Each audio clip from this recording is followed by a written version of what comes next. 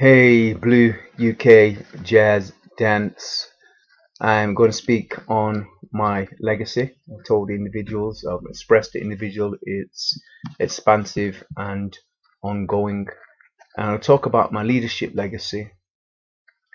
I'm going to use three things to give you an understanding of how to think about it. One, rethinking on history,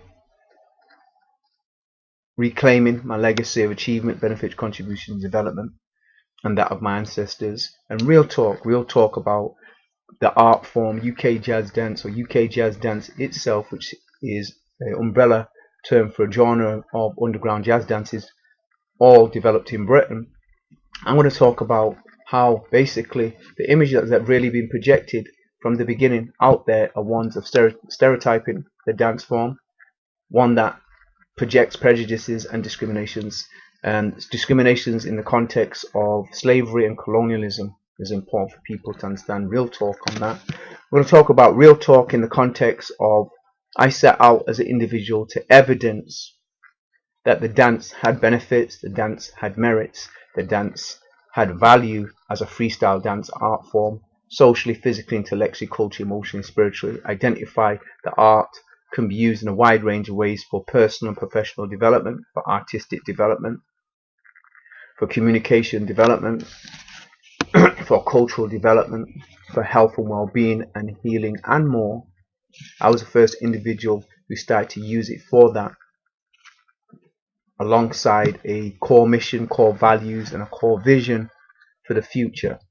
Has everybody got that? It's very important. This is essential because it's important to have a short synopsis to share with individuals. As I said, boom, it's coming under rethinking about the history that's been presented today is one that's distorted, which I've identified, one that reflects slavery and colonial stereotypes, prejudices and discriminations. Do you understand? We have some positive images, but the key book, key film, if you link these two together, key film came out in 1986. It's distorted the history and the culture of the dance, killing the dance itself.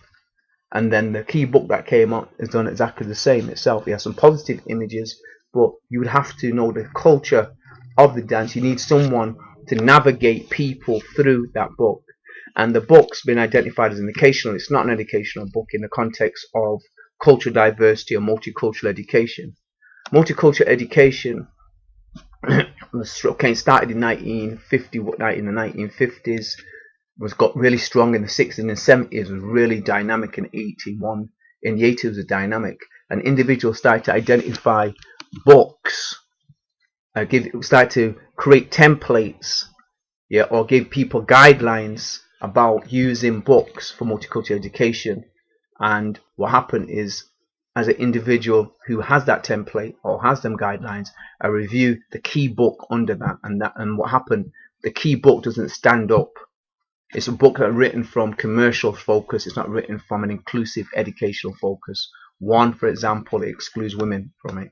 That's one thing. In my city, the key pioneers and champions have not been spoken to. So when people talk about UK jazz dance, you have to have the key pioneers. You have to have the key speakers. And then the focus of the book should have drawn upon the key cultural heritage, cultural leaders, key creative leaders, key pioneers, to get a flavor what sort of questions should be asked, because the book doesn't show a balanced point of view about the culture, the movement, the lifestyle, the rites of passage. There's so many ways this art form was relevant and had so much had a lot of benefits for the community that the writer, who's Anglo-Saxon, doesn't know it because he's not part of the cultural heritage.